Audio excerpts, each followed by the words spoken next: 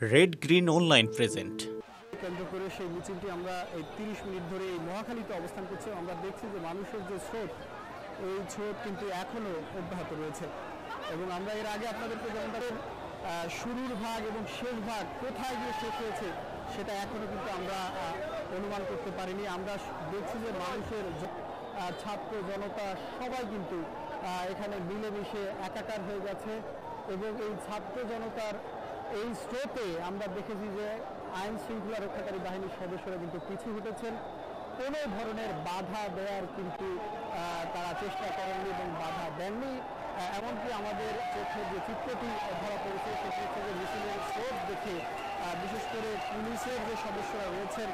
তবে আমরা প্রথম দিকে যেটা দেখেছি যে আন্দোলনকারীরা হয়তো দিচ্ছেন এবং এই মহাখালী আসা পর্যন্ত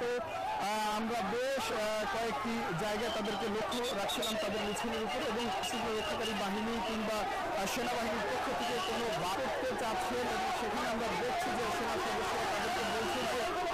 এখানে বানবিকালরা জড়াচ্ছেন, যে দৃশ্যটিকে আমরা এই মুহূর্তে দেখছি এবং সেনাবাহিনীর উপেক্ষা করে এই অঞ্চলটি মহাখালী এয়ারপোর্ট এই অঞ্চলটি এই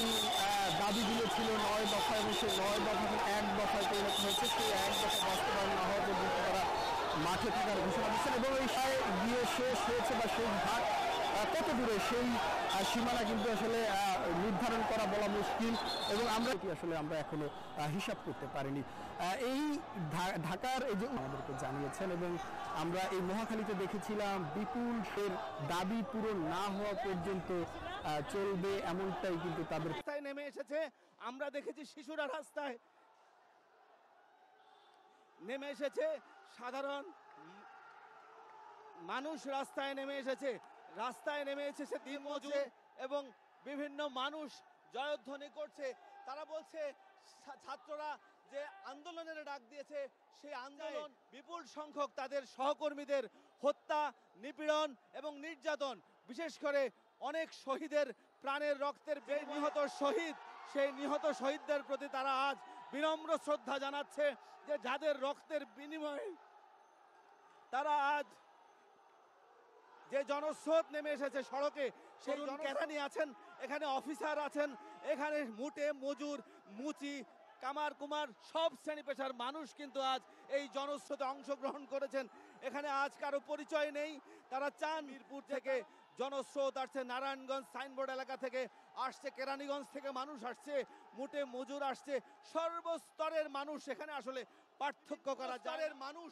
এই শাহবাগের দিকে জনস্রোতের দিকে যাচ্ছে এবং তারা বলছেন যে তারা যে আন্দোলন করছেন, যেসব মানুষ শহীদ হয়েছে সেই শহীদের রক্তের বদলা নিতে তারা আজকে, এবং সেই শহীদের রক্তের দৈর্ঘ্যে প্রস্থে মাপা যাবে না, কারণ দীর্ঘ সময় ধরে মানুষ আসছে বিপুল জনস্রোতে, মানুষে মানুষে সয়লাভ ঢাকার রাজপথ। বাংলাদেশের স্বাধীন বাংলাদেশের ইতিহাসে হয়তো এই ধরনের মানুষ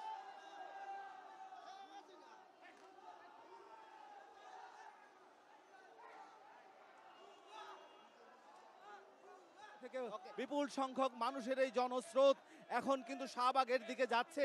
আমরা দেখেছি এই যে বিপ্লব, এই যে দাবি ছিল এতদিন ধরে তাদের যে দাবি, তাদের সেই দাবির পক্ষে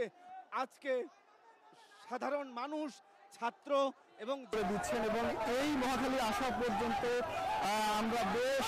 কয়েকটি জায়গায় তারা দিচ্ছেন এবং এই মহাখালী আসা পর্যন্ত আমরা বেশ কয়েকটি জায়গায় তাদেরকে লক্ষ্য রাখছিলাম তাদের মিছিলের উপর এবং রক্ষাকারী বাহিনী কিংবা সেনাবাহিনীর পক্ষ থেকে কোনো করতে চাচ্ছেন এবং সেখানে আমরা দেখছি যে সেনা সদস্যরা তাদেরকে বলছেন যে এখানে বানবিকালরা জড়াচ্ছেন, যে দৃশ্যটিকে আমরা এই মুহূর্তে দেখছি এবং সেনাবাহিনীর উপেক্ষা করে এই অঞ্চলটি মহাখালী এয়ারপোর্ট এই অঞ্চলটি এই দাবিগুলো ছিল 9 দফা এবং সেই 9 দফা এক দফায় পরিণত হয়েছে। সেই এক দফা বাস্তবায়ন না হওয়া পর্যন্ত তারা মাঠে থাকার ঘোষণা দিচ্ছেন এবং এই গিয়ে শেষ হয়েছে বা শেষ ভাগ কত দূরে সেই সীমানা কিন্তু আসলে নির্ধারণ করা বলা মুশকিল এবং আমরা আসলে আমরা এখনো হিসাব করতে পারিনি। এই ঢাকার এই যে আমাদেরকে জানিয়েছেন এবং আমরা এই মহাখালীতে দেখেছিলাম বিপুলের দাবি পূরণ না হওয়া পর্যন্ত চলবে। এই বিশেষ প্রতিবেদনটি যদি আপনাদের ভালো লেগে থাকে